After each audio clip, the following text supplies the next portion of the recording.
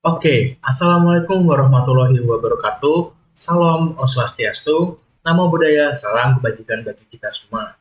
Nah, pertama-tama, perkenalkan nama saya Muhammad Iqbal Fadila dari Prodi Teknologi Rekayasa Otomasi Sekolah Vokasi Universitas di Ponorogo. Nah, untuk pada video hari ini saya akan menjelaskan tentang Object Oriented Programming atau OOP C++ di dalam matkul algoritma dan pemrograman. Oh ya, NIM 3 digit terakhir saya 085. Oke, langsung saja kita langsung ke materi.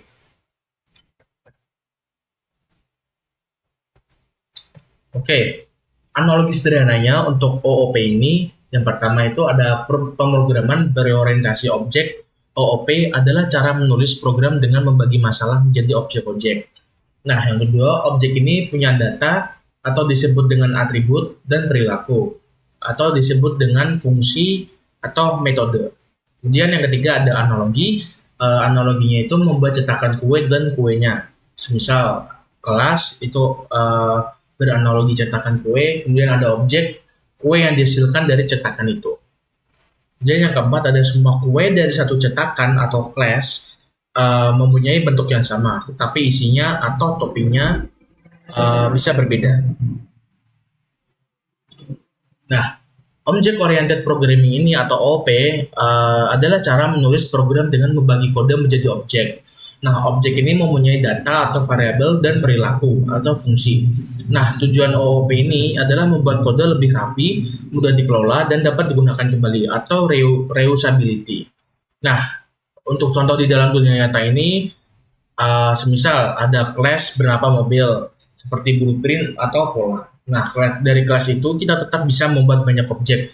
Semisal ada mobil Asep, mobil Budi, dan mobil Ilham. Nah, untuk membuat kelas ini dapat menggunakan kata kunci class untuk membuat kelas yang disebut my class. Nah, kata kunci public ini adalah penentu akses atau akses specifier yang menentukan bahwa anggota.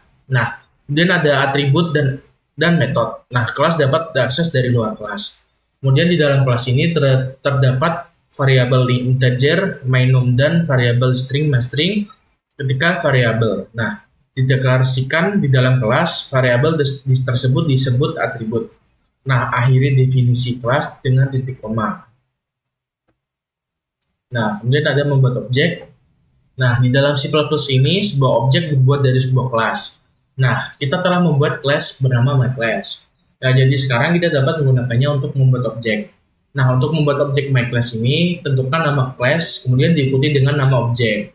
Nah, untuk mengakses atribut class atau mainNum dan mainString, gunakan sintaks titik pada objek.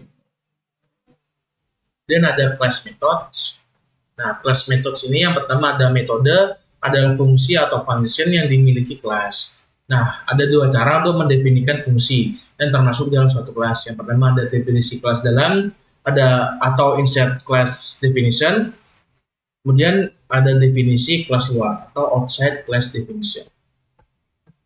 Nah, define and method outside the class, kita mendefinisikan suatu fungsi di dalam kelas dan kita menamainya my method. Nah, catatan ini kita mengakses metode seperti kita mengakses atribut dengan membuat objek kelas dan menggunakan sintaks titik.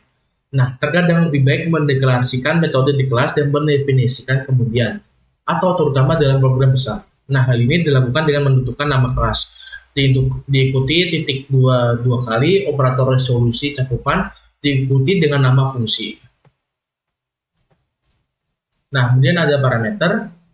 Nah, parameter ini kita juga bisa menuliskan nilai ke metode seperti fungsi biasa. Kemudian ada constructors. Nah, constructors ini memiliki nama yang sama dengan kelas atau class dan tidak memiliki tipe pengembalian bahkan void. Kemudian biasanya diumumkan ke publik dan secara otomatis dipanggil saat suatu objek dibuat.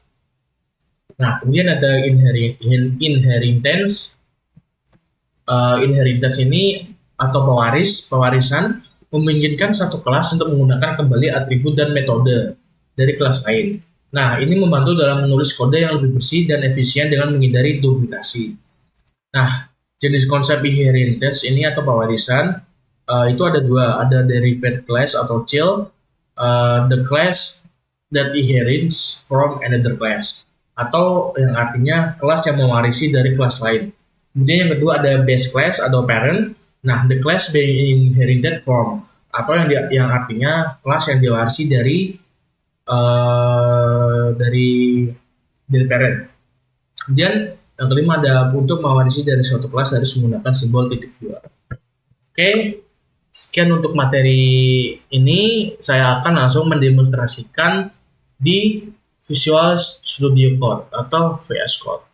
Kita langsung ke VS Code-nya. Oke, di sini kita sudah berada di dalam VS Code-nya ya teman-teman. Kita langsung saja merunning pemrogramannya.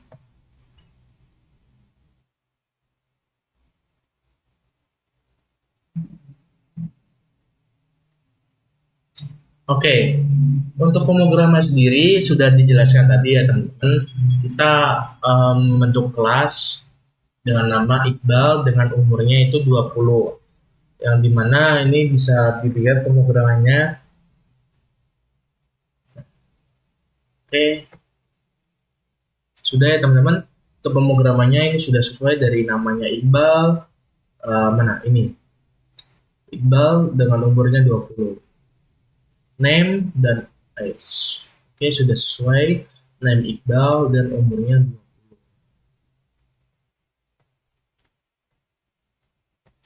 Oke, cukup sekian untuk materi hari ini. Jika ada salah kata, saya memohon maaf sebesar-besarnya.